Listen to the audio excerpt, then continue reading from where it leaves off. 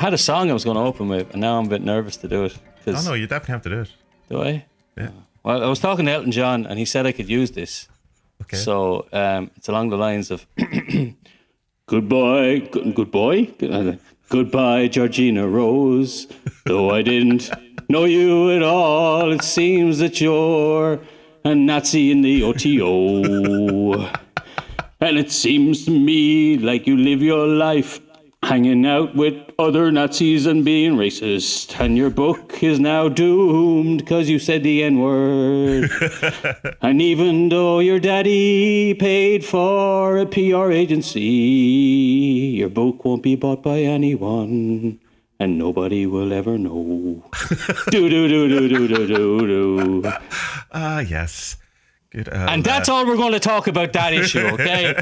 People are ruining my social media is watching our Slavic brothers destroy actual Nazis, and just everyone on Twitter is like, just shut up, will you, and let me watch people fight the real Nazis. Yeah. My only kind of we had to end up moving the conversation on the Adventures in Movie Discord into its own kind of channel. Because I think if people want to talk about it, people want to talk about it. I don't think you should suppress it or whatever, but just I wanted to give people the option of switching it off in case they didn't want to do it. Not to avoid the subject, it's just it's been talked, and if you want to know more about it, go to Twitter. It's all there. Yeah. Everyone has made a statement at this point of what to think. So, What's your thing about Malik? Do you mind if Musk takes over Twitter? Is it going to make it? Well, but the only thing that it's like, Musk is going to come in and destroy Twitter. Twitter is shit. It's shit. It's like there was no golden days. Well, there was around 2010, 2011 when there was me, you, and Abin. That was brilliant. And the two lads from the Comic Cast. That was, there was a 2-month period where Twitter was really good. And there's certainly going to be like when Facebook was just like, you have thrown Hillary Clinton at your friend Brendan. Yeah, or whatever. Yeah, thrown a sheep at someone. Facebook definitely changed in 2016. That run up to the Clinton versus that guy who's going to be on Twitter very shortly again. The other guy, yeah. But I think Twitter, so there was a definite, you could notice when Facebook changed, when it just became American politics. That's what Facebook essentially. But Twitter was more of a, I don't know. It seemed everyone was in board, everyone's enjoying it, and then all of a sudden went, when did this turn shit? This has been shit for a while. What's going on? So, I see there's a downvote button on Twitter now that I didn't know about because TweetDeck doesn't have it. It didn't bring it into. Oh, right. For some reason I had to, when you click on a link to Twitter, it actually goes to Twitter rather than TweetDeck. And it was going, a big pop up, you have a downvote button that you don't use. And I was going, okay. I haven't seen it. Maybe it's not been rolled out here. But even there's stuff like with Instagram is different. In certain countries, you don't see how many hearts something has, but in other countries you do see it. All right. So you don't see it in Ireland, anyway. Yeah, you see it here. You see the numbers. Yeah, because I know some people have also said, because I said, they got rid of it. Well, I can see it. I think it was actually you were saying it. Yeah, but it's you would think that would be implemented as an ideology, or whatever it is, that maybe it's different rules and different, would Poland have different GDP stuff than Ireland? Yeah, for sure. Stuff like, I'll give you an example. In Poland, France and Germany, Betfair. Betfair is a big betting thing. So how to explain this to people who don't know anything about betting? So normally you bet with a sports book, it's called, right? And you bet your tenner and hopefully you win. But Betfair is a peer-to-peer betting. So basically, instead of a bookie saying this is the price, the market as a whole makes the price. But certain EU countries have said this type of betting is way more addictive, so we can't have it. France, Germany, Poland, and a good few other countries don't have this thing. But that's weird because the whole idea of taking the hearts out of Instagram was so people wouldn't be searching for the hearts and for but be chasing it. Yeah. But then in the countries that don't have the Betfair thing, they still have the hearts where people are chasing the likes and that. I don't know. Isn't the Betfair thing essentially? I say I think Liverpool are going to win tonight, and then you go, I'll take that bet. Isn't that like that's pretty much, man? Yeah, pretty much. That's it. Yeah. People use it up for the smart people don't just use it for a straight bet, though. What they do is they'd say, right, I think this should be priced 2 point something. Someone takes that, and then 5 minutes into the game, the odds will change. So you'll take a profit or a loss. So it's trading on prices rather than right. Like, you can straight bet as well, but the smart people trade. And I assume there's any amount of schemes that people have, or ways around it, or think they have, that there's some sort of they found the secrets, the tricks. All these. There's certain strategies you can use, but I know lads with my work thing. I know lads who will, they'll win a tenner a day, win a fiver a day. And they're happy to do that, and they're disciplined about it, and they'll only pick 1 or 2 matches a day, and that's fair fucking play to them, Yeah. And but like most gamblers are greedy; they want to win €100 every time, or more. Oh yeah, or that thing of when they lose, they go all in to try and get back where they were. Double up. Yeah. So don't bet. I used to share a house with a gambler or whatever. That was always interesting around rent day. That was. Yeah, we got thrown out of that house, funny enough. I lost my deposit. That's very strange times. And if only that could be predicted. If only I could have seen that coming. Yeah. So what's going on in the world of magic, which is Tommie? Me? Well, I got back into randonauting, as I've been enjoying.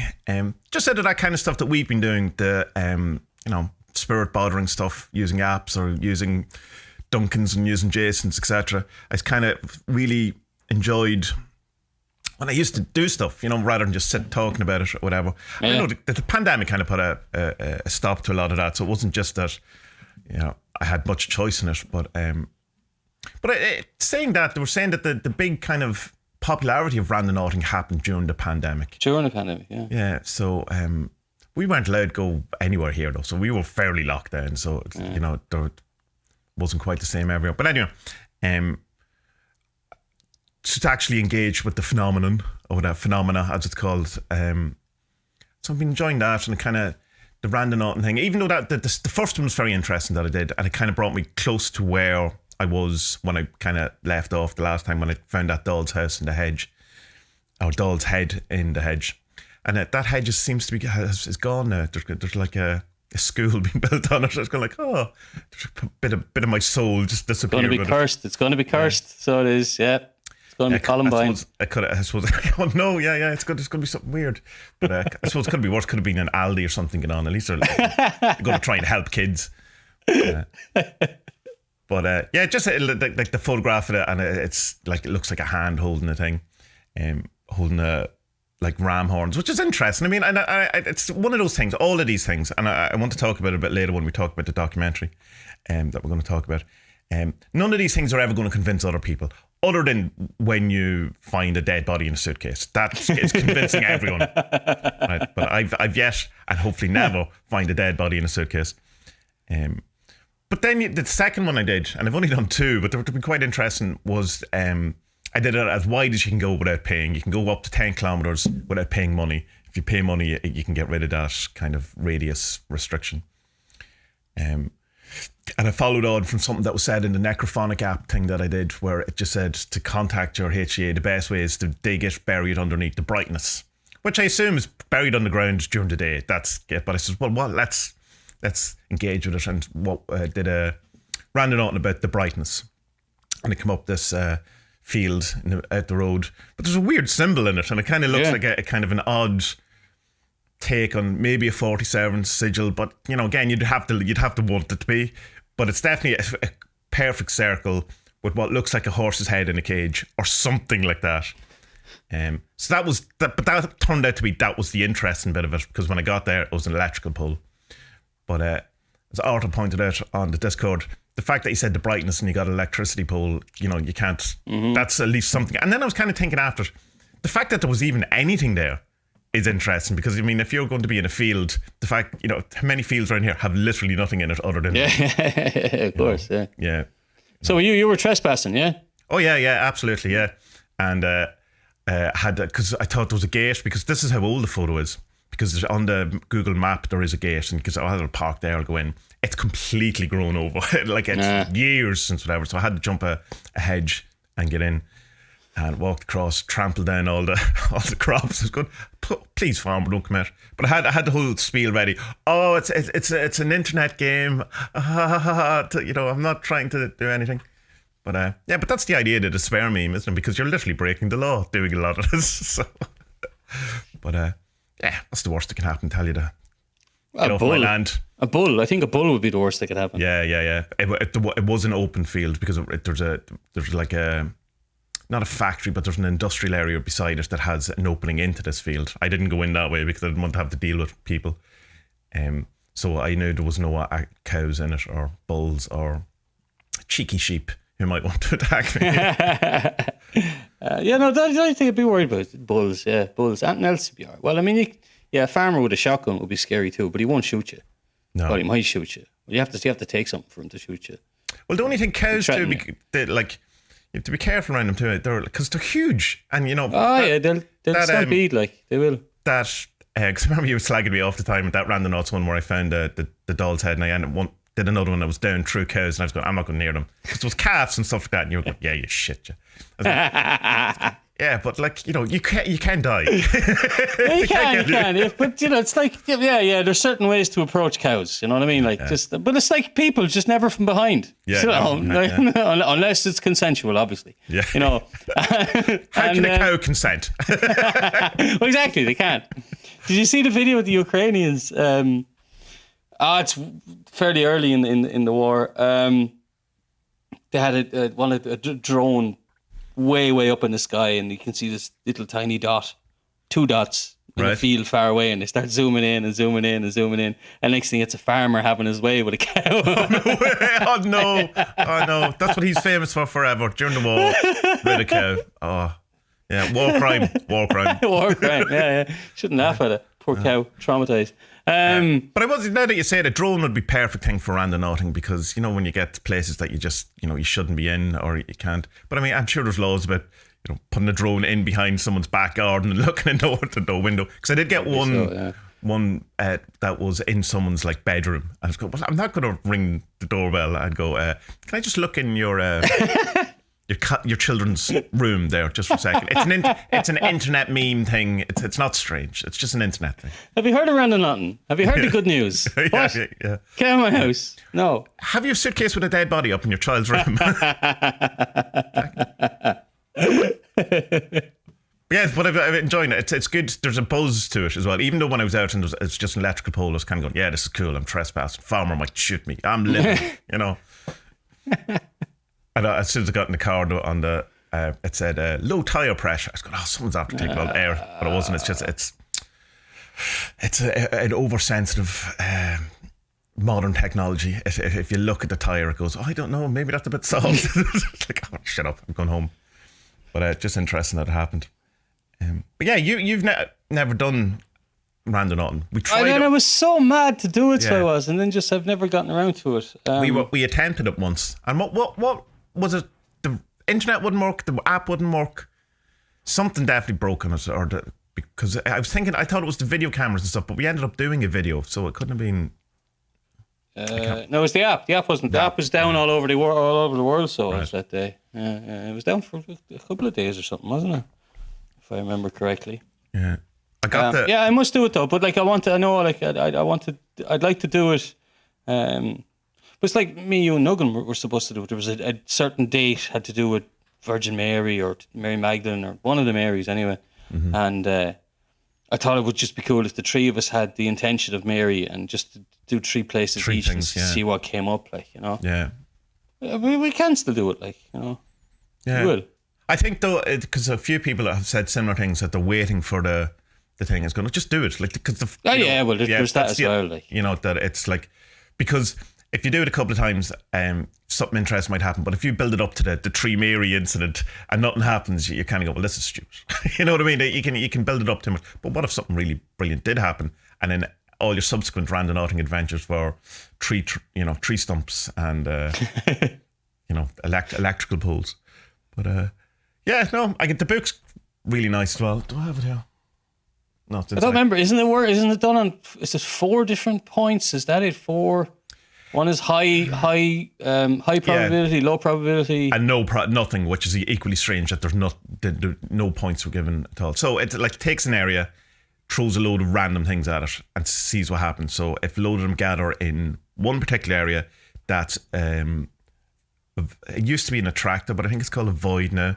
An attractor is kind of there's a good few of them in that area, and then the void or the other one, anomaly, whatever, I can't remember names, is that there's literally none, and which is equally strange that if you throw 20 darts and there's an area where there's no darts, why didn't the darts go down? Yeah. But I'm not sure it's they were saying, oh, we use quantum computers and we've all this thing. It's just not that. But yeah. Didn't one of the places or universities go on fire, and a load of apps that were using quantum stuff did go down? So including Randonauts. I think that's actually why we couldn't do it at the time. That the actual that's like the aliens stopping the nukes going off there. Yeah. Fuck, they knew something bad was going to go down. Yeah. But so if you haven't done it, I would suggest everyone do it. It's like, watch some videos and get yourself freaked out, and then go and do it. Look, try and solve some crimes. Be human. Yeah, it's a cool idea. And you bring a plastic bag, which is pick up some rubbish. That's not in it anymore. Which I thought that was a brilliant idea, because originally that was the thing you did. You bring a bag and you clean up, but it's not in the book. It's not mentioned in the app. It's not anything. Which is too many dirty syringes and Johnnies around the place and stuff. Yeah, but pick them up. Yeah, picking up dirty syringes. I suppose that the pandemic as well kind of probably put down to that, because I know myself that it was like where I used to going around like the forest or something, I'd pick up whatever rubbish I seen and go, I can't really touch it now, can I? I don't have, and they go, I'll bring gloves with me next time, and obviously don't,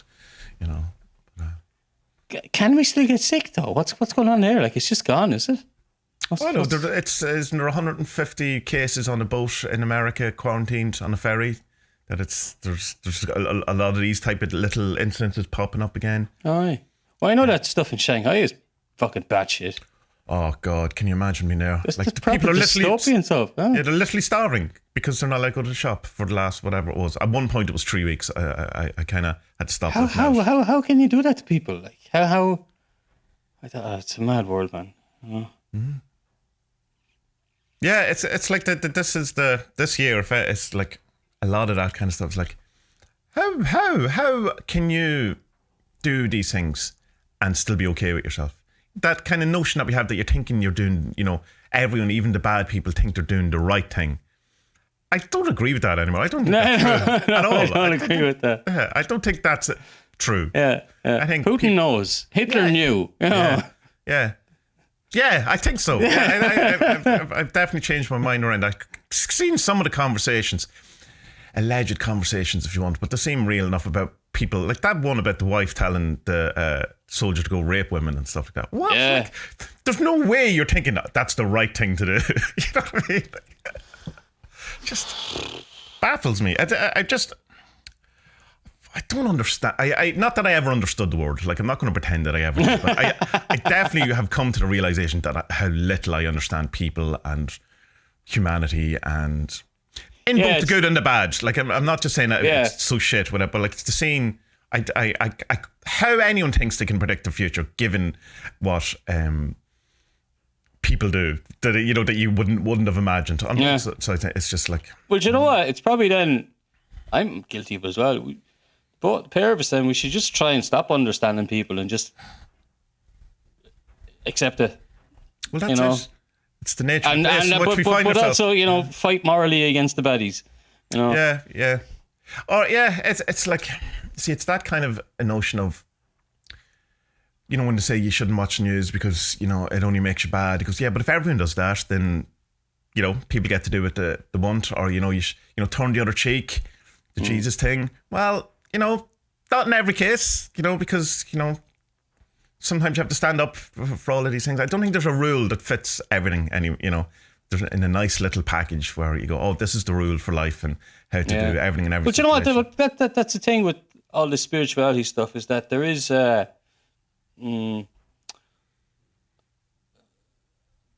okay, only because I found out after reading the Bhagavad Gita there is this other thing. But I'll go first point first to say that like there is this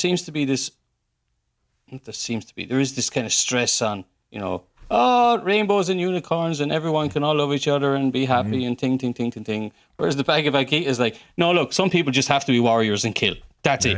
You know, and I really fucking like that because we see that, that is the case. And like, you know, come on, a couple of weeks ago, I was like, my whole life, I've been like anti-war on every occasion.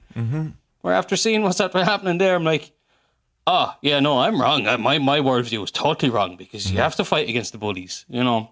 Yeah. And you do. And like when I was growing up in school, I used to take an awful lot of shit from bullies until the straw would break the camel's back, and I'd eventually fight back and then realize, shit, why didn't I do that 6 months ago or something? Yeah, you know? Yeah, I always kind of with the Eddie Izzard thing where they said along the lines of, you know, I'm a pacifist. I'm not, you know, I want everyone to be happy, but you know, you need an army because there's arseholes who will come and kill you. And kind of go, well, you can't debate that. You know, it's a true story. But I think it's all right to be aspirational about these things. I think, but be realistic about it too. That it's like, which is the problem with the new age, right? It's what I see, or you know, is what I get, and you know, I want rainbows and unicorns and things. Go, yeah, but sometimes there's a person at the door with an axe. You know, what are you gonna do then? Love him to death? Well, you'll die. I'm gonna make my unicorn run right at his belly. Yeah. Which is why I suppose gratitude is a better form of that type of thing, in that you're grateful for what it is. You know, it's more kind of a realistic kind of approach rather than pretending things aren't what they are. Yeah. But you know, don't fall into despair too. It's very easy to swing the other way and go, it's all shit. And you know, and it's what's the point? You know, it's very easy. Jesus Christ, it's very easy. I've fallen for it any number of times the last couple of months, I suppose, now at this point. Yeah, but it's you know, it's very difficult to accept that it is what it is, you know, because it's like, because you want to have some sort of say in how it is, but then you kind of have to come to realize, fuck, I don't have any say in this at all. This is just things just happen, and I have to react as well as I can, kind of thing, you know. There's a scary, you know, the floor falls from under you with that, but it kind of, there isn't also, in a sense, not a comfort. Comfort is definitely the wrong word, but there's a thing where we go, oh well, I'm not under any obligation to fix it now because it's not a fixable thing. You know what I mean? So that takes a bit of that. Again, in context, because it also means, you know, like say with climate change, while I have very little kind of real kind of thing I can change about it, because, you know, that carbon footprint was invented by people who have the biggest carbon footprint to try and make you feel bad about it while they destroy the planet. Yeah. But still, garden, you know, look after the garden, still, you know, do the best you can. All that's not saying not to do these things, but it's just like, it's not your fault that the world's falling apart, you know, you're not going to be able to necessarily fix it. It doesn't mean you shouldn't try. You know, yeah, of course. But that's the thing about being moral, you know, and fighting against the baddies, you know. Yeah, okay, things are bad, it's not my fault, but I'll try and do a little bit to make it a bit better for everyone. Exactly that. Yeah, I think, and to not think that your little thing isn't having an impact. You know, that's a big thing from Charles Eisenstein, which is, he's a problematic man, but that, you know, that realization that the things you do in your life are as big and important as the big things that the presidents of the world do and all of this. You know, it's all the same kind of thing. And to acknowledge that, you know, that like, tending to the part of the garden you can reach is your job. That's it. And that's all you can do anyway. So you may as well do it well. It's hard some days though when you look at the world and you just go, oh man, what? You know, I don't know. Yeah, it is. Of course, we have Johnny Depp and Amber Turd to keep us company on the cold dark nights as we try to avoid the genocide in the Ukraine and other places. Doesn't she have like the worst lawyer in the world who objects to his own questions? It's just, it's hilarious. Seemingly that whole thing is like, because it's that thing where people go, oh, Putin's stupid or whatever, and go, I don't think he is. You know, I think that's a way of doing it. That lawyer is doing the same thing. He's trying to get Johnny Depp to get angry. That's his thing. Well, right. If this is to be believed, people are talking about this on Reddit. That's a tactic that is used all they need to do is him to lose, get angry once, loses patience with the lawyer once, and then Amber Turd wins. Yeah. See, it's the thing about the world. Like, it's okay for women to hit men, totally fine. But as soon as a man raises his voice, then he loses. Yeah. What? Yeah. No. Yeah. But it's that's not fair. It's some of the tapes, like even her tapes that they're playing, are like, you thought this was a good idea to bring this to court? I really, I don't understand. I don't understand people's vote. I might have mentioned that earlier on. Yeah, maybe we should stop.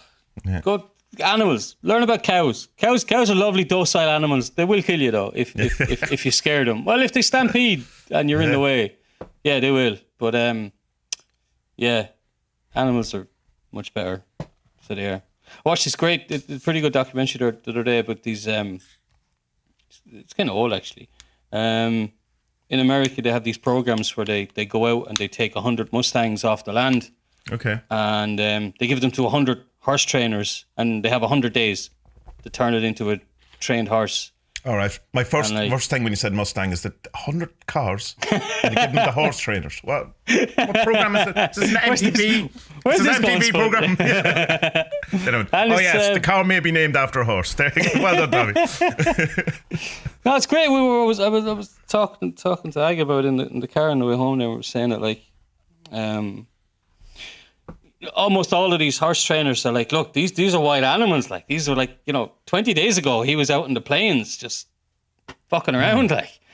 And it's like you can't go with the old way of the old cowboys who would break a horse. It's a bit like in the army where you take in some arseholes and you have to break their spirit and turn them into good soldiers, Yeah, and that's the way it always was with horses. But now people finally realised, no, because it's like if you're aggressive with this wild animal, what's he going to do? He's just going to reflect it back on you. So like you just have to be very patient, very calm, and train them slowly. Just train them one new thing every day. And it's like there's this one woman in it who had this wild Mustang, and after 3 days she's riding it properly. There's another fella who's like a Native American. He says where his tribe is, but I don't remember. And he has the horse for 100 days, and he's like, walks into the competition. There's a competition at the end of it where they have to show off how good the horses are. He walks into the competition, he's like, I've only been on the horse 5 times. And then this other lady had, after 3 days, she's riding around fully and doing tricks and all on it. It's bonkers, But it just goes to show that, all these animals have different personalities, you know what I mean? They're not... Yeah, they discovered recently that goats can tell when you're smiling and know what it means. Right, yeah. Well, that doesn't seem like, oh, right, okay, fair enough. But it's huge because it's the empathy in animals and the recognition of,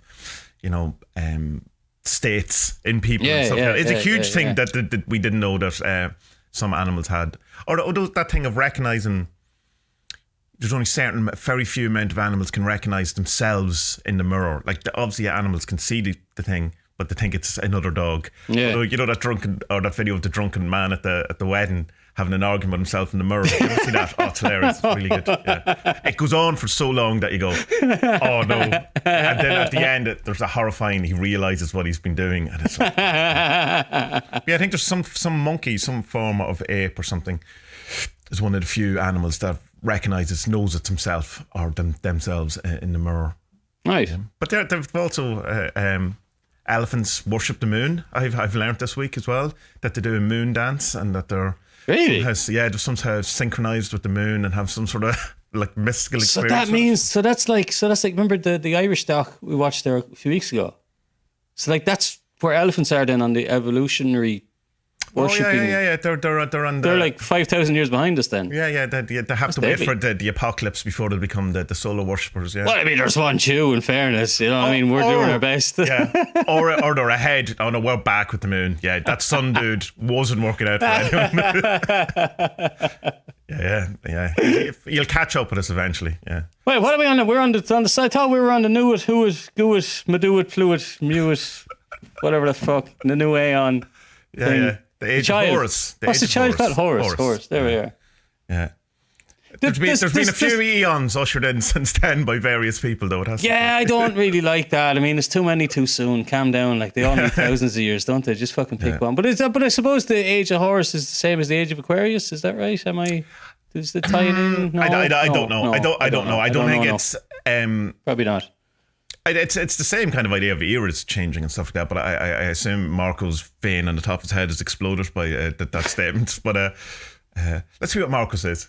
What is the equivalent of the age of Horus and the age of Aquarius, Marco? Answers on a postcard. But well, definitely the age of Aquarius is a longer thing, isn't it? Like it's following the astrological. Yeah. Whereas the yeah, you're right. The other one is kind of like development of. Yeah. Okay. No, I see what I've done there. Okay. Yeah. Wrong, Spud. Wrong. Have you been doing the Ruby of the Starness, or are you doing the Starfire? What have you been working on? Sapphire, but I'm doing this thing now for this thing that we're all doing together at the end of the month, the end of next month. Ultra-testicles hunt. Ultra-terrestrials. Say that word, please help me out. Ultra-terrestrials. That's it. Ultra-testicles hunt. That at the end of the 25th. If anyone wants in on that, just go to the link in this. Yeah. We should talk a bit more about it, I suppose, because we've talked among ourselves about what it is, because I wasn't quite clear at the start. So it's to do with Hellier, I suppose. Hellier. Yeah. And in Hellier, Mr. Wanky-wist, terrorist, man. Yeah. Terrorist. He makes, in one of his letters, correspondences, he makes the claim that the Third Order, am I right? Yeah, Third Order of the AA, the secret of the chiefs. AA. They are the secret chiefs. They are the ones responsible for all the high weirdness and stuff like that. But also, they're kind of on strike at the minute. It's gone not missing. happening. Yeah. Gone missing. But like, have they gone missing and then they're sending all the weird shit to us, or they're down tools and they're like, yeah, enough of this shit. Fuck them. The thing about the correspondence with Terry Rist and a lot of Hellier is that it's not clear, it's not succinct, it's not concise. It's kind of could read a lot into it. The original thing was Marco last year did some Gloria Estefan methods to try and contact Terry Rist, and the problem he had was that he had, I think, 5 people he used altogether, and it kind of got a bit discombobulated. There wasn't focus to it or whatever. I think there's a skill in it as well. I don't think there's a natural thing to it. Jason's very good at it.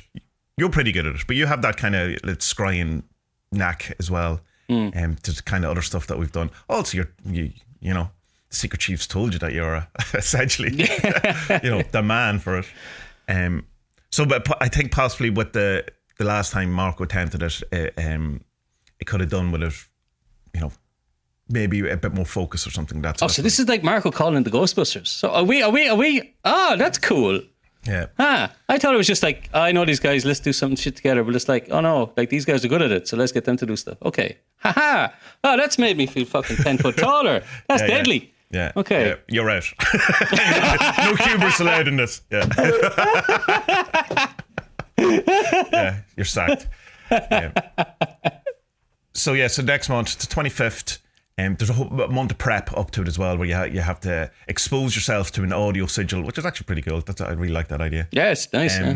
Do the Thelemic hexagram ritual, which Marco has. It's just a guided meditation, essentially, you have to do it. And then the Star Ruby, which middle pillar is that. The middle pillar, yeah, that's what I meant, not the hexagram ritual, the middle pillar. So I did my 30 days of Star Ruby, which was grand, and then I had a day off, and I started another 30 days of for this other thing. Which version are you doing? The Nox version or the LV blah one? I'm doing the one that is Terion, Nuit, Babylon, Hadith, and then the Nox. The second one, the amended one. Yeah. Yeah, I like that one. I think I like it though, is because that's the one that I learned first. Had I learned the original first, maybe I'd feel different. But most people I know who do the Star Ruby, that's the version they do. But what one are you interacting with, that one or the other? The Nox one, yeah, because it's about crossing the abyss. That one. You're calling it down. So you're like, fuck it. Yeah. I don't mind. I'll take on that challenge. Here's Spud. Eat those 3 pizzas. Yeah, okay. Challenge accepted. Here's Spud. Fucking call on Karan's on there and have a fight with him. Yeah, all right, grand, whatever. Yeah, I'll do it, yeah. Yeah. The Nox section's really like it's the panine, is that about how the hymn the pan stuff? In that it's not really kind of formulated in in the text. It's kind of left, sing a song to Pan using these signs and whatever. And so you kind of look at the different versions of it or whatever, and you kind of, in a sense, I suppose, have to find your own way of doing it. But I mean, you can't go too far either. Like, I mean, there is the 5 signs and sing to Pan. But I like it. I like that section of it. I like screaming Terry on as well. That can be nice on a shitty day. Scream lion into the wind. Yeah, wind, have some fire. How do you feel now? It's a bit mad, isn't it? Yeah. It took me ages to the end bit, the teletarchy, because every time, because I know it in my head, I know what it is, I have the pronunciation, and when it comes to it, I was getting it wrong, and it started to annoy me. So doing the kind of the 30-day thing, I think I can do the Star Ruby properly now. I know all the bits, I know what it means, I know what the Greek means, I know it, so it has become, I suppose, embodied. It's not how to say it. So now it's just getting kind of better. Which I even when I was doing the lesser banishing ritual of the pentagram, the daily thing, I never felt. It always felt like someone else's ritual in a sense. Now, and I don't mean that in that, oh, these aren't my, I'm not into angels or something like that. That's not what it was. It was just kind of, it never felt, embodied. Like it was, oh, right, here I am. It's like, when, say there's a band, but they're your friend's band, and he's mad at him, so you can never really get into that band in the same way. Yeah. That's what I felt about the Lesser Banishing Ritual band. Yeah, it's a good band, a couple of great tracks, yeah, nice bits. No, I get you. But that's Spud's band, Yeah. I get you. Yeah. For me, it's like with a few of them, it took me a long time to get over this thing of it feeling like archaic and old and stuff like that. But then again, if everyone says it works, and I've seen myself, it works, and fuck it then. Kids, stop being a dickhead, Spud, and just do it, Yeah. And get your ideas out of it. Have you noticed any difference in doing it than when you were doing your own kind of augmented version where you're doing the Celtic gods and stuff like that? Does it feel different, or does it feel the same? Or do you know what? Yeah. At the start, so yeah, when we started doing the Star Ruby channels at first, I was like, okay, I know the parts of this. I see what it is. I'll just make it my own. And it felt fine. If I was working grand, whatever. But then going back to it and do it properly now, it actually is more. I don't know if I can really put any words on it, but it's kind of like. Let me think about it. Can I put any words on it? Don't know. Maybe it feels realer. Yeah, I know what you mean. I know exactly what you mean. Yeah. It, authentic, but that kind of is kind of implying that the other thing is false, which is not what I think it means. Yeah, no, that's the same. Yeah. Actual, maybe, I don't know. Maybe it's because it's kind of like.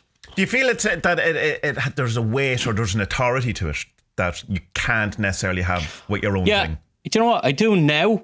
Yeah. Even though when I did it first, I didn't. Right. Yeah. Because it's kind of like, okay. Both of us play guitar. It's like when you start playing guitar and you're like, Delhi, I'm going to write a song. And you write a G, F, C, A song and you think it's the fucking shit. It's the best song ever. And then you just muck around with that for like a week. Add your little solos and your little flicks and all the cool shit. And then you come back and then, you sit down and you're like, I'm fucking brilliant now. I'll sit down and I'll put on Stairway to Heaven and I'll tabulize this myself. And you're like, oh shit. Oh no, I haven't a clue. It's like that. It's a bit like that. No. Or it's like I don't know, the first time you make something with your hands and then you think it's great. And then you look at it 6 months later and you're like, fucking hell, I was useless 6 months ago. Yeah. But I think there is an element in the Ken Wilber's thing of the trans post fallacy thing where, your song that you do with G, C and D, right? And then you think it's great. And then you learn more and you go, probably wasn't great. I think that the third thing is that you go back and go, G, C and D is actually awesome. That it's like the, you think things are overcomplicated that are, but you have to go through all of that to learn the beauty of G, C and D as well. Yeah. So I think, there could be a time when you go back and have a chaos magic approach again to a banishing ritual or whatever the Star Ruby is, to a pentagram ritual. It's not a pentagram ritual either, right? You can go back and look at a ritual, a certain ritual, and while you had an approach from a chaos magic point of view, then doing the real one, you could probably have a far better chaos magic approach to it because now you know what it is. Whereas at the beginning you didn't know what it was. That's for sure. Yeah. But anyway, to go back to the thing, so we're going to go. No. Tangents is what we do here. Tangents is what we do. We're going to go looking for, because Lama's involved as well. We're going to go looking for terrorists and see what the fucking story is and what story. Or no, we're going to go looking for what's the story with the secret chiefs and if they have disappeared and what is going on there. You know. Yeah. So Jason's going to be the blindfolded gimp, and we're going to throw questions at him. But while the questioning is happening, I'm sure someone will be picked. It might be Mark just doing the question rather than loads of people, doing the questions. I'm not really sure in that detail. But while it's happening, anyone who's participating in it is sending the energy towards the ritual. Having done the 30 days of building up, of doing your prep work, everyone will be listening to the sigil at the time, the music, so it's all leading to it rather than, I suppose, what we do is just kind of turn up and go, hello Secret Chief, how are you? I mean, it seems to have worked, but it'll be very interesting to see a more ritualized version of that, how that feels. More focused thing. But I mean, look, at the same time, it could end up like the Pan ritual in Hellier, Yeah, I've rewatched Hellier. I have to say I enjoyed it, and I kind of changed my mind about the Pan ritual in it because I was all saying that it doesn't do anything, that it doesn't go anywhere. It just doesn't go. It's just not what you expect it. Oh, it doesn't go where they want it. Yeah, that's it. But I don't know. Yeah. Pan comes into it really, really late. I didn't realise that. I thought it was like a lot about Pan, but it's like 2 episodes from the end of season 2. Pan comes into the Green Man stuff starts. Yeah. It's actually it's. I'll come back to Hellier when what time? Maybe we'll start talking about this other documentary anyway. But because there's a bit about the whole notion of stuff that I learned in the rewatch of Hellier that I want to talk about in this other documentary as well. Okay. Right, well, we do this documentary. Yeah, just go into them because I want to know. I want to know what you're. Okay. Oh, it's the secret of Hellier. I've it all sussed. So we watched In Search of the Dead, which is what year are we? Very recent. I assume it's the last year. No, 2019.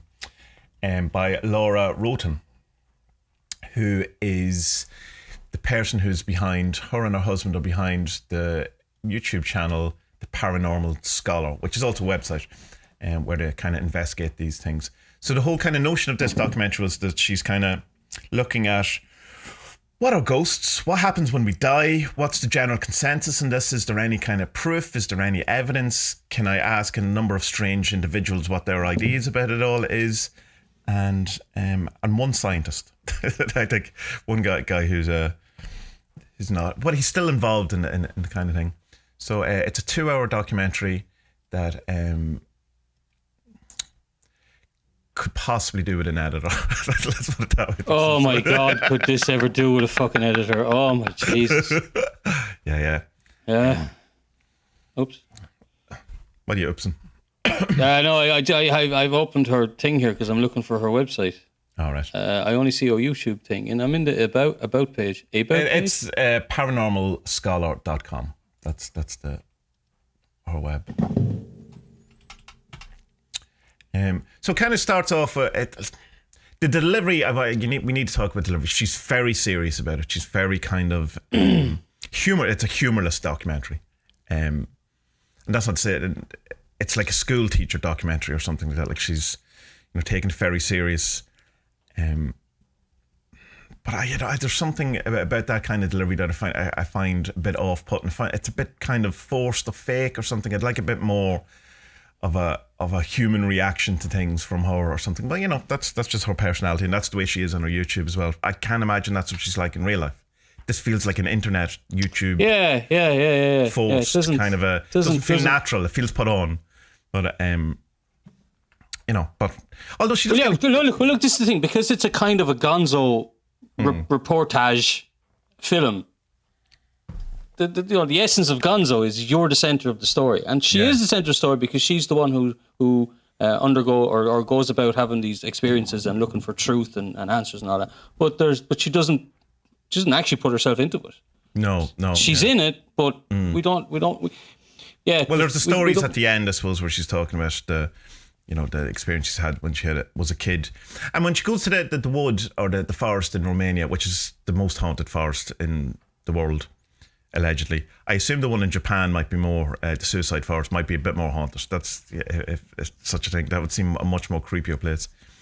But what I liked about it is she, first of all, talks to a couple of the lads. They're a bit uneasy, and there's this kind of question, goes, why does this only happen at night? What's the element of that?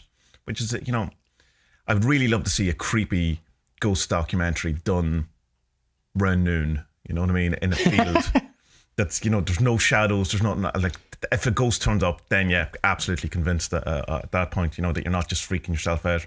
But I suppose there is the kind of idea, why do these things happen at night more than they happen during the day? But of course they do happen sometimes during the day. It's not exclusively at night, but it's mostly at night. And that kind of sense of being freaked out or whatever. Remember I was saying before about when I was, years ago when I was kind of messing around with calling up Lucifer, because, that was a good idea. And that he was kind of checking me out. Or there was a presence in the room then for a couple of weeks, whatever. That's turned up a couple of times over the last couple of days, particularly over the weekend, whatever. Just around 3 o'clock, of course. And it's that corner of the room as well. It's not just a general kind of presence of it's like, and there's someone, and I'm just kind of going, dude, 3 o'clock Saturday morning or Saturday afternoon, we can do coffee, there's no problem. Why are you trying to do this to me now? But it's that kind of, when you have a nightmare and you come out of it and there's just the world feels antagonistic or something. There's just it's not that sense of being stared at, I suppose. It's very creepy. But I have had that, but very infrequently. I've had it once or twice during the day, but that's a nighttime thing. And I'm wondering, is that an evolutionary thing of, the predator thing that you have to be aware of snakes, you have to, is someone looking at me here? And at night you have to be hypersensitive because you physically can't see these things. That's kind of the materialist kind of look at it. But I don't know. What do you think about the whole, why does this happen at night? Is it just because we freak ourselves out, we limited vision? Or is there something more? Why did a lot of these things happen at 3 o'clock? Like, why is that the witching hour? You know what I mean? Because it does. Like, I'd love to know. I'd love to know because I'd have like, try and wire up some sensors or something so the fucking flashlights come on. Scares the bejesus out of whoever it is. You know what I mean? But you don't want to frighten away your HDA or something like that. Or your wife and kids. Daddy, take it over. Yeah. Last week I was staying with the parents. Now we had our in-laws were there, and like the sister-in-law. Yeah, they're still in-laws. Yeah, and their kids. One of their kids has a thing about getting up at night time and walking around. Right, yeah. And we found socks in her room that got there. I have, because of the sleep apnea, I have this tape that I wear in my mouth. That went missing for a night. Oh no! Turned up under her bed. And there was one night I had. Does that mean she came in during the night and took it off you? Or during the day or whatever. Right, yeah. During the day. Not while you were asleep. I went. No, but there was stuff happening at nighttime as well. And one night I woke up and I could feel someone was in the room. I went, fuck. And now she's only 7, right? Right. Yeah. So I went, fuck, if I get up now, I'm going to scare the living shit out of her, like. Yeah. So I'll just stay here and I won't move, and like hopefully she'll leave. No, like another pitter patter around the room, and then there was a scratching, and I'm like, the dog's in the fucking room.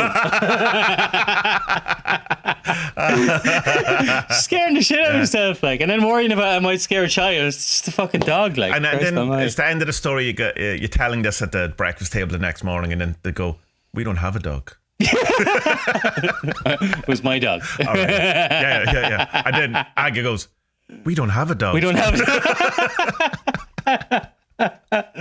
Oh, brilliant! Yeah, I was telling their parents weren't too impressed with her, but I just thought that was hilarious. That was funny. Whatever. Kids are kids. You know what I mean? It's grand. Like, no one died. I didn't sleep well that night, but whatever. I've had sleep apnea for about 10 or 15 years. I don't sleep well most nights. It's okay. Yeah, I died a few times in my sleep before. That was an easy go. Yeah. No, but like I've had those experiences at 3 a.m. when you wake up and think someone's there, they are bloody freaky until until I learned that a lot of people who have sleep apnea get that. Yeah, like lots of people get that. Old hag syndrome stuff. Like yeah. And then when I realized that, then I said, okay, so everyone has this, so then it's okay then. You know, like it's not like an old lady turns up and stabs you to death in your sleep pattern. It's just you feel that there's something there, and the best thing then is like Duncan's thing with the Randy nun who wanted to touch him. Just send it love and say, okay, I'm ready for the ghostly hand job. Let's do it. Yeah, anytime now. Yeah, yeah. My kind of approach it because one of the nights it kind of happened, and Vanessa had gone into the wee man's room, so I was in the room my own, which was extra, not freaky whatsoever. But I just kind of sat up and goes, well, what do you want? Like, and nothing happens, and you kind of go, well, what do you want me to do about it then? Yeah. I'm here. I can talk to. And then maybe she wants you to want something.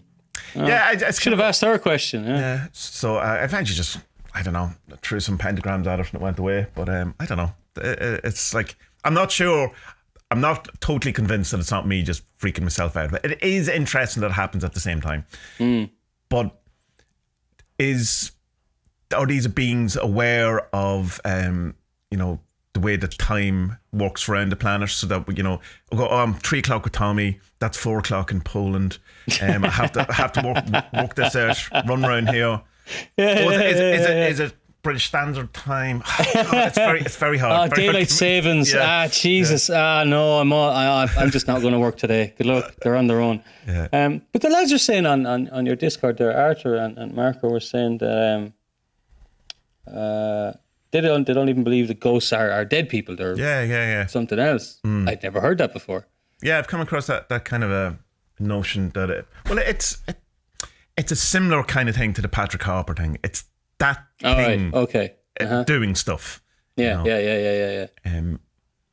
Although some of the stuff definitely feels like it's an astral recording, if you want, like Well, like that thing we watched about the art dealer, the art museum, the haunted one. Like that seems to be definitely people who had been living there. Oh yeah. Or when you see things like or hear the reports like this road. Sometimes you see the Roman army marching because they would have, but they're also marching on. You can only see them from their top up because they're actually on the road they would have been on. Things like that. Because the roads got so much higher. Stuff like that, I think, is interesting. But is that dead people? Is that an echo? Is that a recording? What, like to say, well, ghosts aren't dead people, but if that Roman battalion is true, that they haunt that place, that wouldn't have happened unless there was people originally. So, I don't know. Yeah. I don't know what they are. I've seen stuff, but I don't know. I've never seen like, a woman that used to live in the house or anything, that an actual ghost that had, a personality or something. I know people who have though. So my mum seems loads of stuff. I must drill her on all the things she's seen. She's seen UFOs and Pegasus. Not Pegasus. What's the half man, half horse thing? What's that called? Centaur. Yeah, stuff like that. So anyway, she go back to the Romanian forest. So they took it. One of the guys is particularly freaked out, and it kind of just reminded me of that sensation that that we were all kind of aware of. Oh, there's a thing that used to happen, and it hasn't happened in a long while. But it has happened in this office once at least. And when I was a kid, and I would talk to my sister, say about ghosts, or we would talk about later when we were with my aunt and stuff, and I'd be talking about spirituality, whatever. There was a thing that happened that almost like the atmosphere of the room changes, like was down, and my sister could recognize it sometimes as well, and we called it that place. And because are you in that place? This kind of recognition of something that's changed in the room, which seems to be a thing that people also recognize. It's quite creepy, but it's similar to that sense of there's something here, or there's someone looking at me, but it's more like it's the whole kind of a room. And what would the evolutionary kind of benefit of that be? I don't really know. Just, be more aware of snakes. But she goes in anyway herself, and she kind of gets freaked out a bit, and she takes a photo, and she gets an orb. And I've gone, all right, orbs, right, this is going to be a thing. And she goes, yeah, I'm not buying orbs. I think they're stupid, kind of thing. I was going, right, Grant, that's at least we're on to something here. Because they were both wearing like those coal miners, flash and like head things, helmet you hit lights, whatever they're called. Dust, bugs, anything, you're getting orbs, and even the really crystal clear orbs don't, it's like, I don't know. And like, anyone can walk through a forest at night time and you're going to freak yourself out, because you're going to hear, like, you're never alone in a forest because there's always animals watching you. And there's just, all it takes is, what do you call it? A bird or a boar or a deer to snap a twig and you're, yeah. Or people, I mean, like, well, of course. Yeah. So she kind of then wants to go on and she starts talking to the different people or whatever, had just the talking head stuff starts to introduce. She's overall, she, like, there's a couple of mediums she talks to, there's people who've written books.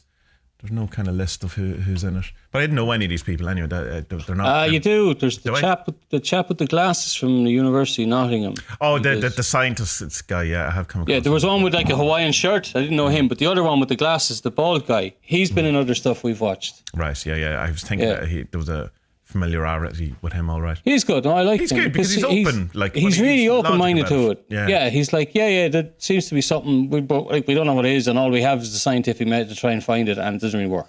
Yeah, because he's kind of going, if you go in thinking you're debunking it, you tend to debunk it. When you go in thinking you're going to get it, you tend to get it. So that's what I'm interested in. Why does that happen rather than the content of either that? Yeah. And she frames all this section about trying to be objective in research. Yeah. And they all kind of agree, it's impossible. You can't be objective. Yeah, that's that kind of thing of like, I know it's Crowley's thing, the science, the aim of religion, the method of science, or the method of science, the aim of religion, whatever it is. I'm kind of thinking that, why? Why do we try to make this science?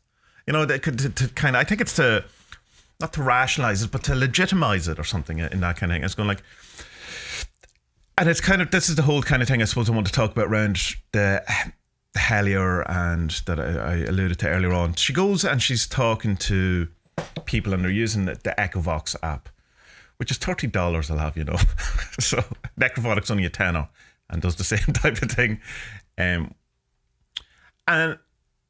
she's gone into it being very kind of, I'm going to not, I'm not going to add anything. I'm going to really look at this to see if there's anything happening. And people around her are obviously using it a lot. And they were going, we pride ourselves on being very scientific about it and stuff like that. And I was going, okay. I was kind of going, I'm not sure that's necessarily the approach you should have.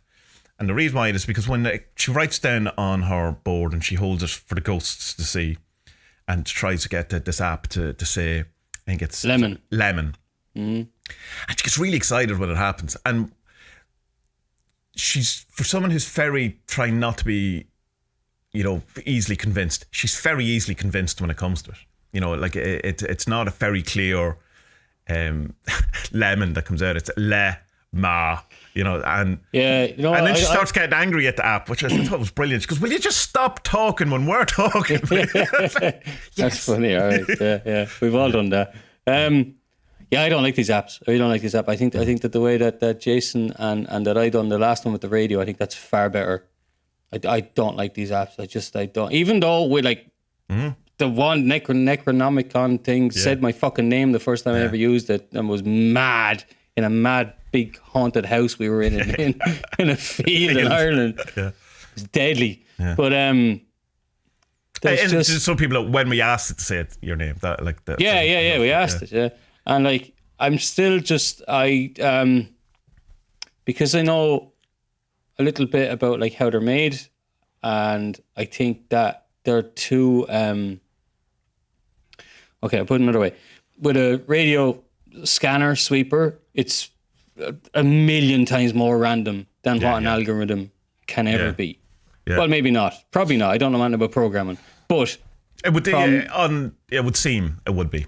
At least we could say it that way. Definitely seems to me, anyway. Yeah. So my kind of feeling that I've got around this, and from watching Hellier and from watching and listening to other people talk about their sinks and the different stuff that we have got around, like with Jason and with Duncan and stuff like that, is that when you look at something like Hellier and you go, lads, that's not really anything, and you're not resonating with the sink or anything like that, and it kind of feels like it's reaching or they're stretching for it or whatever, I decided that's missing the point. At least for me, it's because it's not whether you think it's a sink or not, because it's a personal, meaningful coincidence for that person. Yeah. And I think that you can't judge other people's sinks, and I probably was doing that, in that going, no, that's not real, the thing. And and I've kind of come to the conclusion that the kind of meaning that you make out of it is the divination, is the thing that's the important thing. So that doesn't really matter in the sense of, say, if you use the necrophonic app or you use the thing, or it's an actual ghost, whatever, and you go, is that what's been said or whatever? It's kind of, that's the catalyst, that's the movement, and then it's just kind of, it's if you drop a stone in a placid lake and the ripples come out. But it's only for that person. And so when I was kind of judging her, going, oh, she's easily convinced about this kind of thing, or I'm looking at Greg deciding that slamming door and a car horn are the same thing, or, there's some very odd thing that he does, and I can go, yeah, but it's not for me. And who am I to say? But for her, she's totally convinced, and it is the thing. And that is the meaning that, that has to be brought out of it. Yeah. Whatever. I'm with you 100% there, man. So it kind of, but it's also kind of a way to give myself more confidence in these things, in that I can, you can look at the necrophonic stuff I've done, or the stuff we've done together, and people go, do you think it's real? Because it's irrelevant. Real, it isn't what it's coming into it. Is it useful? And it's come back to the kind of the motto of what Adventures Woo was about anyway. It's not that it's trying to prove magic exists, but is it useful? Is it worth doing, whether it's true or not?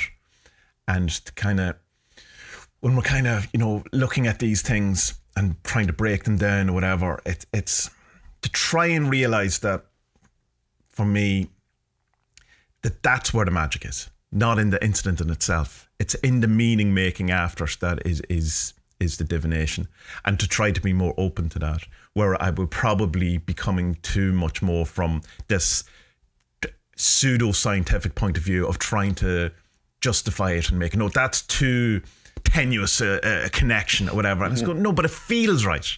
And I'm not allowing the feelies in these things. Because, because that is the bit, I suppose, where you lose yourself, where you can look too much into it or whatever. But I think when you're doing that, though, as well, and you can kind of, because yourself, oh, that could be that, but and it's not, though. I would like it to be that, but it's not. Yeah. Well, I think the second that you second guess something, then it's not it. Yeah. But if you have a feeling on something at first, then okay. But also, like, if there's something that, like, like that 4/7 thing with me. Yeah. Like, that didn't hit for ages, and then looking a bit more into, like, go back at it and see it with fresh eyes, and then you might see something else. Like, do that as well. Yeah. Like, there's not always go with your gut instinct and everything. But if you're second guessing, that's different as well, And to know that prophecy in its truest form is only really useful in hindsight. That's what it was talking about. Yeah, of course. Rather than trying to predict it, as well. Yeah. So that was good for me in that kind of expansion and allowing and kind of moving along. So I could appreciate the stuff that even another part of my brain is going, this is stupid, this is ridiculous. Really? But the other, and to realize, but that's not the point. That's not the point. It's because I know some of the things that I've made connections with, like a tree holding up horns that doesn't really look like a hand and doesn't really look like horns, but it does to me. And where I am in my life, what I was looking for, all of those things, it's like a coming together of all of those things, so that looks like a hand coming out of a bush holding horns, and that's deeply significant to me. Yeah. Look, it's like I don't know, putting an article together or trying to write something, and you have it in the back of your head for a couple of days or a week or something, but then something just random or bizarre can happen. It can be as innocuous as fucking the next played video on YouTube that you thought you'd cancelled or something, and you see the title and you go, got it. I got everything that links it all together now. Yeah.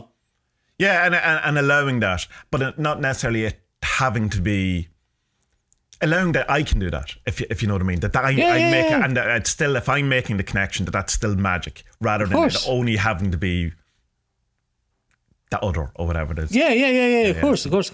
Yeah. So that's been immensely useful for me in that. But again, I mean, from an entertainment point of view, I don't think it said lemon.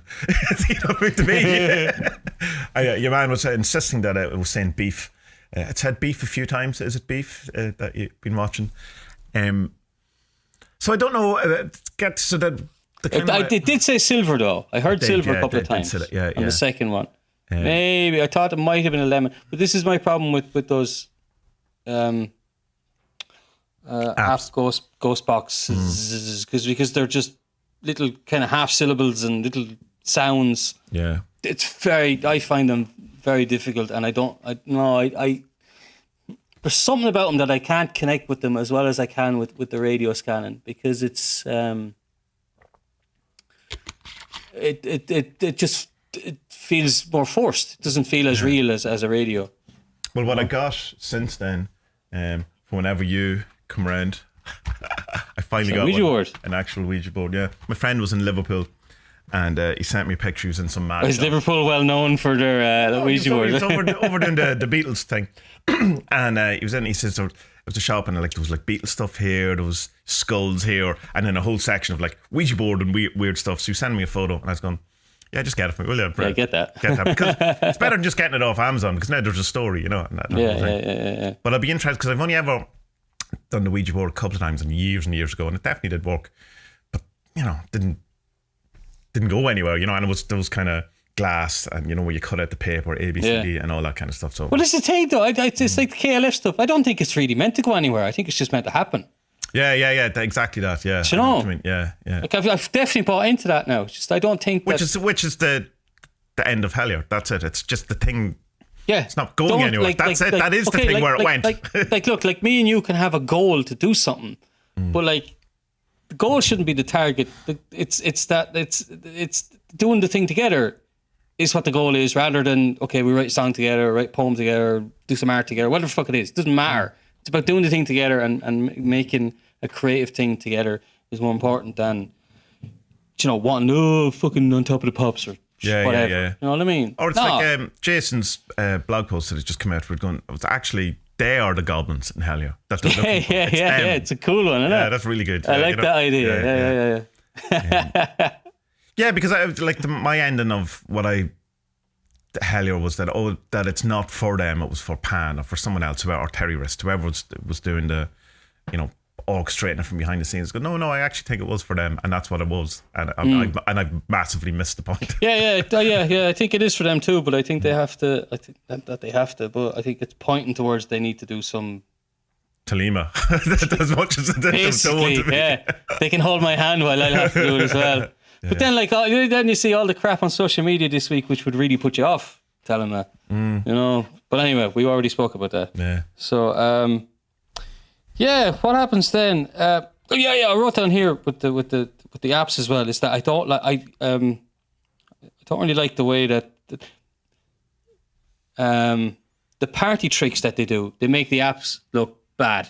I think. Like it's like, okay, who is this sitting beside me? What am I holding in my hand? It's like, you've got a spirit here. Will you ask him something fucking concrete? Will you? Are we okay? Is the end coming? Am I doomed? Yeah. Ask the important stuff. Not like, what colour's the banana? Who gives a fuck? But I think it is that kind of thing of that, when we ask, what's your name? It's trying to, it's scientifically approach it, trying to validate it, trying to I know. No, but I mean, I think I'm agreeing. I think I'm not going to have that approach anymore. I will try and ask it for its name, because I think that's pretty standard. Look, it's like who was saying to ages ago? I think it was Morgan. Morgan saying, look, ask a name and a purpose, and then carry on from there. Yeah. That's all we want. You see, that's all we need from them. And then I kind of thinking of the necrophonic app or whatever app you're using, whatever, as more of that kind of like the Burroughs thing of the cut up, where you're cutting up and you're throwing. Think of it that way rather than like a telephone call or whatever, or something. It's and then what are you getting from that? What do you get? Mr. Necronomicon, can you balance on a ball like a seal and put another ball in your nose and go and it's like no, no, lemon. Get out. Echovox is €30. Did you know that? Then the second half of the doc then does get more personal with her. They meet this Welsh dude, which definitely needed a fucking edit, with the divining rods, and he starts talking about this Elizabeth, isn't it? Elizabeth, yeah, this character who's around the host, and at first she's like, "Yeah, I don't know what's this about. No idea. It means nothing." And he goes into it's a weird one because he's pretty insistent for someone who's been told this is nothing. He goes, like, no, I want to tell you this. Yeah. But it's like what you were saying earlier. Like, the stuff he's given it's really, really vague. Really vague. It's like, oh, she's young, but she could look old. What? Yeah. But she's dressed old and looks young. She could be, and it's like, oh, dude, man, what the fuck? Like, but you could see from his point of view, you want to see it that he's reaching and he's trying to get some good information. But from any skeptical point of view, it's going to be, oh my God, this motherfucker is reaching. He can't cold reading. He can't read the room at all, and it's just not working, and it looks bad. But then you're like, no, okay, give him the benefit of the doubt because he seems to know what he's doing. And then it turns out that, like, when the host was a kid, she lived in this house where she would go down the stairs and she'd get a bit freaked out down there, and she felt it, and she would turn around and just look at the door. And then it goes back to the lad, and he's like explaining that this is where this Elizabeth girl, she used to stand at the door and she used to try and hold off some intruder or a man or something who sounded like he'd been abusing her or whatever, And that, I found that really cool. This was definitely the best part of it, because this is the bit where we see a bit of personality and a bit of a story of her, rather than just a straight-faced investigation of stuff, Yeah, I think it was. Yeah, it was very interesting, and I mean, she didn't know about this stuff, but she did. That kind of stuff when you've done, like, say, a binding or the philosophical midwifery or whatever, and you kind of, it's not that you're remembering something, it's like you've connected something that you've never connected, or something, like, so it's not that she didn't notice, like, I found that interesting. I just found like that seemed, for want of a better word, that seemed real, that was something happened there, I suppose, yeah, because then, like, she starts talking about like she'd written a book when she was 14 about this ghostly thing that she had just, like you say, not forgotten about, but just didn't put it together when the guy is standing in front of her telling her who this was, and she just couldn't put it together. And then she went down a lane. Have you ever walked into a lane and seen a pretty lady doing active imagination writing down in a notebook? I've never seen that. I wouldn't know what to do. But like, oh, that lady has totally lost her marbles. I'm getting the fuck out of here. Bye. But yeah, and then that's when she puts it together. She's like, that's what this is. Yeah, so I thought that was really cool. Yeah, because it's kind of not quite similar to that, but that not understanding at the time, because that one time I went to the medium and they were talking about there's someone here who's had a head injury and they've just recently died, and I was going, no idea what you're on about. And then afterwards it was like, oh yeah, my wife's friend who died from a head injury 2 weeks ago, maybe could have been him. I was like, oh, for God's sake. And the poor guy came all the way down from heaven to say hello, and you're like, yeah, no, I never met him before. Yeah, he hung around and had a word with Vanessa. You ghosted the ghost. You ghosted the ghost. Essentially, I was going, yeah. Must have been that significant to me. Sorry, you're dead.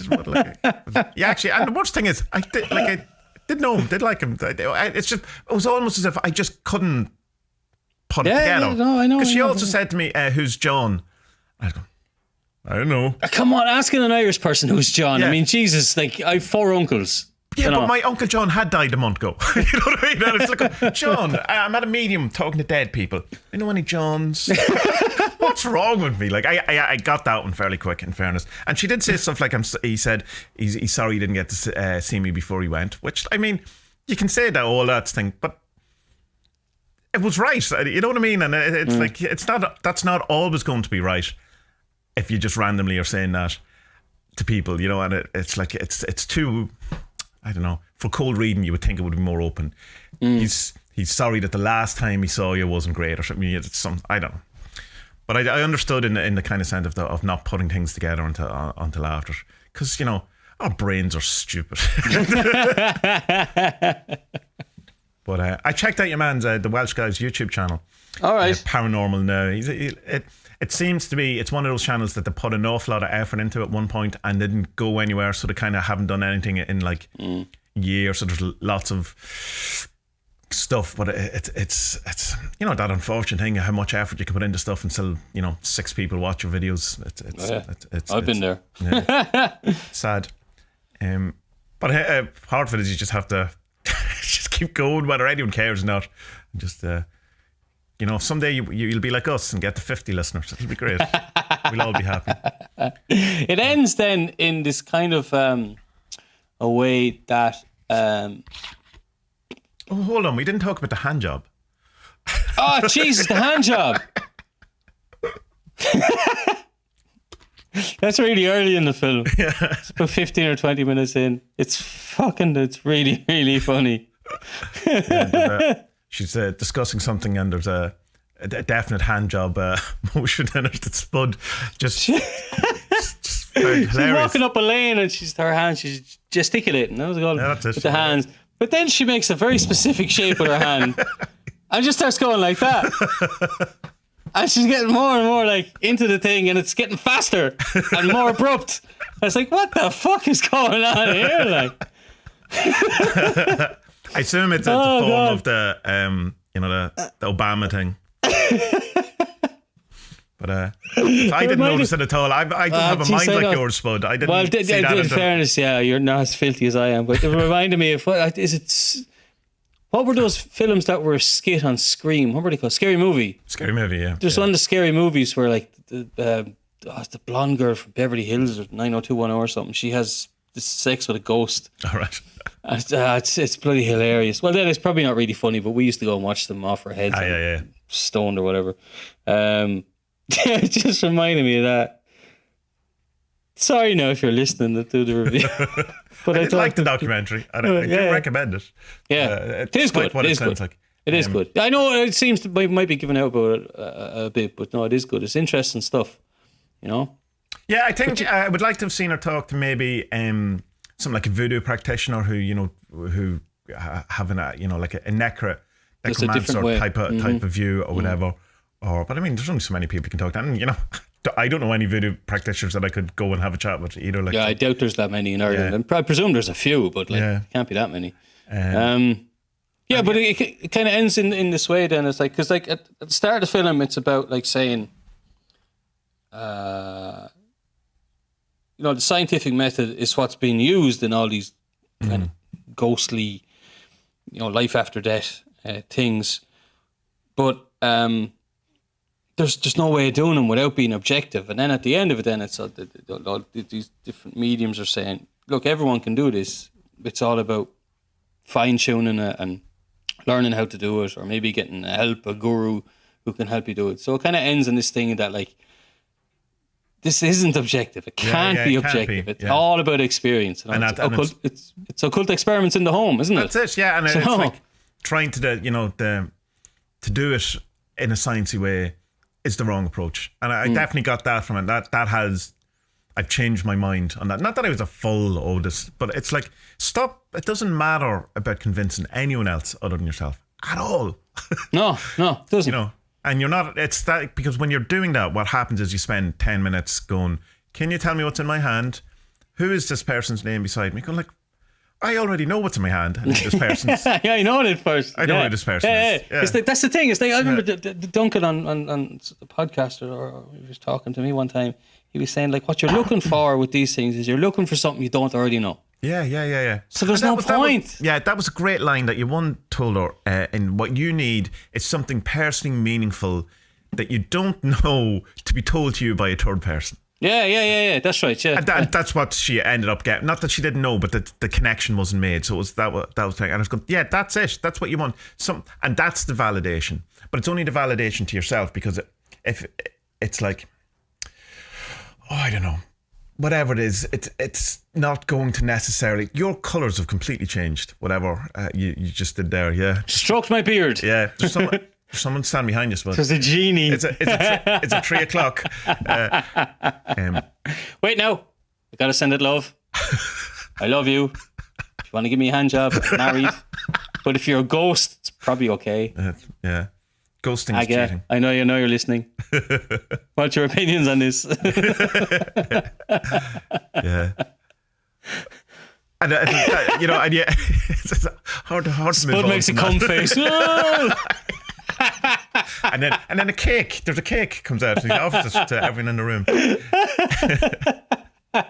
But yeah, and just that kind of realization that all of these things weren't new to me, but it's kind of resonated a bit more with me. It's like that it doesn't, stop trying to convince other people or yourself, which is really, I suppose, what you're trying to do, and just embrace the magic and embrace what you're trying to do and just go with it and be less scientific, just be more woo. Yeah, for sure. More woo. And then realize that your sinks and your discoveries and your divination and your ripple out of it is for you. And it doesn't, and it's, well, like compare notes with other people, because certainly I've learned stuff by going, well, I don't know what this is, and someone says something and it triggers something in you. It's not to just be totally subjective, but it's what it feels to you is the important thing. So that even if it is tenuous as hell, but that's right. Black dog does mean whatever it means. And historically, black dogs, of course, mean. And you go, no, in this case, it means sausages. And it's just true. It's just true. I've been watching some Pierre Grimes. He's doing dream analysis and stuff like that. And it's like, I tell you, I would never tell that man a dream, ever. Why? Would he make you cry? Knows everything about your life. So there was one, a dream about... Is it like Jodorowsky doing a tarot reading? That's scary shit. It's amazing. And he reads a dream, and he's actually quite funny, because there's one dream where a woman goes, yeah, I brought my car to mechanic. The mechanic says it's not worth fixing, and I disagreed. I said it's worth fixing. Sorted out the relationship with her mother that she had hadn't addressed for 40 years. It's like, and it's not as if it's like, and he knew from the car, and he's like, it's mental. It's like, all right, but just his whole kind of notion is that we know these things, we've just never verbalized them, so we don't know we know these things. We don't know that these are the connections that we've had. Yeah, which is describe that kind of thing. But it's like how much of this stuff we are acting on. Ideas and principles or background stuff, the milieu he calls it, that we're not privy to. Well, we are, but we just kind of assume, oh well, this is what it is, and you go, well, tell me about that, and you go, oh yeah, no, that's really weird that I think that, Isn't it weird that we go through our lives and we don't address these things which would make our lives, and they're simple. It's just sitting with your dreams and saying, oh, I wonder what that means. And digging into it a bit and say, shit. Oh, I gotta stop being an asshole to her. Okay. Ooh. Damn, she's dead.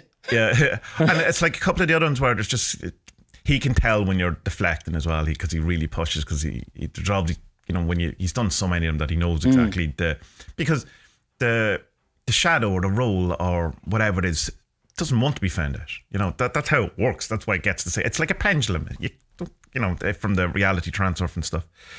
Just randomly saying pendulum, I always have to go, it's from a book me and Spud read a while ago. That changed our minds about everything. But I probably wouldn't enjoy it as much now, to be fair. But the pendulum stuff is great.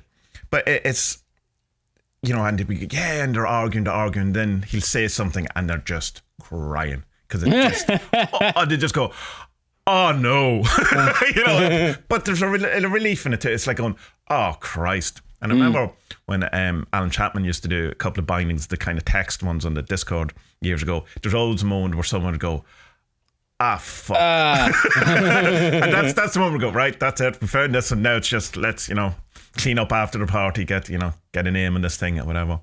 But it's, it's an interesting moment when that happens. And she kind of, that's the kind of moment she has when she goes, oh shit, yeah, there it is, yeah. I just completely forgot about this book that I wrote when I was 14, which was about this thing, and now it's like, oh fuck, okay, yeah, it's good, yeah. I'm going to give this. What am I giving this? 6.5, 7 Kingsleys. Do you know what? I'm going to give it 7. I think you could take half an hour out of it. And but I'm still going to give it 7 because the ideas in it are that's my I enjoyed it and I got a lot from it, and I could anything that I'm kind of would want to take away from it is a technical point of view, which doesn't matter with this in a sense because of the ground it covers. And it's Search of the Dead.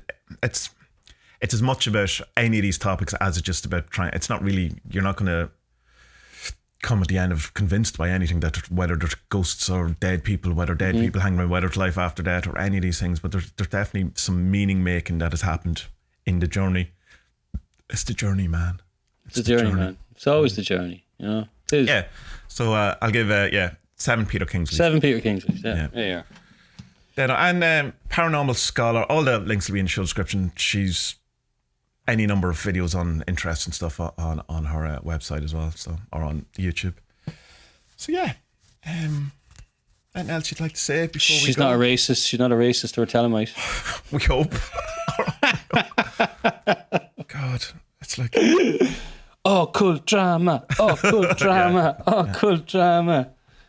Yeah, I got awful annoyed yesterday, didn't I? I got awful annoyed yesterday about it because it just pissed me off. It's like, oh my God, would all you people just shut up with your fucking storms and teacups? Jesus Christ. But then, you know, you find out that like she has used bad words and has hung out with. Well, see, that's the thing. Oh, people. No, do I even want to get into it now because we're coming to. Oh, no, will we just finish, will we? Yeah. Well. No, go on, say what you're going to say. You start. My only thing is, at what point do you know when you should punch a Nazi? That's where, like, is it when they're marching, when they're killing people, when they're doing that? Is it when they're hanging out with other Nazis? Is it? It's like going, you know, because you can excuse it to a point, but when is the line when you shouldn't excuse it? And that's the area that because people make mistakes, people fuck up. I'm sure I've been in a room with a Nazi. I'm sure it's like when you see the photos of famous people who are at parties with Ghislaine and the other guy who definitely didn't kill himself, and it's kind of guilt by association, and you kind of go, but I mean, he was just. They're probably all Satanists who murder children, as far as I know. I have no idea, but like goes adrenochrome. But like I've been in pubs with hundreds of people, venues, and there could be a photo of me with the worst person in the world. Not to as if I'm justifying it that it's all right that Elon Musk seems to be having a good time with Ghislaine, but look, I know what it is. It's like any small closed group. When a bit of drama happens and it all kicks off, you're just like, Jesus, lads, there's more important things in the world, and there are literally a million other more important things in the world, but. It's important to call stuff out too. Exactly. They took the words right out of my mouth. It is important to call out people's shitty behaviour as well when they are in a role where they have influence on other people. Oh no, it's dead right. Dead right to call people out on it. I'm not saying it's not. Definitely is right to do it. Yeah. But fucking rein it in a bit, lads. Calm the fuck down. Jesus Christ. Right. We'll leave it at that because otherwise it'll be another hour of discussing this, and that's what Twitter's for. So, right, so if you want to get in on that thing we were talking about earlier on, the links will be in the show description. There is stuff on Marco's Patreon, Jason's Patreon. Spud, get a Patreon. All the cool kids have them. Who the fuck is going to give me money? Will you go away, will you? No one's going to give me money. I don't know. You know what I mean? If you do want to give me money, there is a link in the show description to give buy Spud a book. That's all. I think that's always a good thing. Buy people books. Look, there's a bit of prep involved in it, but it really doesn't take long. It's 10-15 minutes a day kind of thing. Maybe a little bit more, a little bit less. Whatever. It's up to you.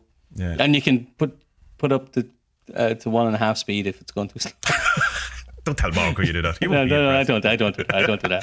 But, yeah, you could put it up to 3 speed if you want to. I don't do that, Marco. I actually listen. There's not that much prep work involved in it. But it's it's good. It's not as if it's a chore or whatever. And if I was coming at this probably a year ago, I would have probably scoffed at it and went, nah, I'll have a look at it once or twice.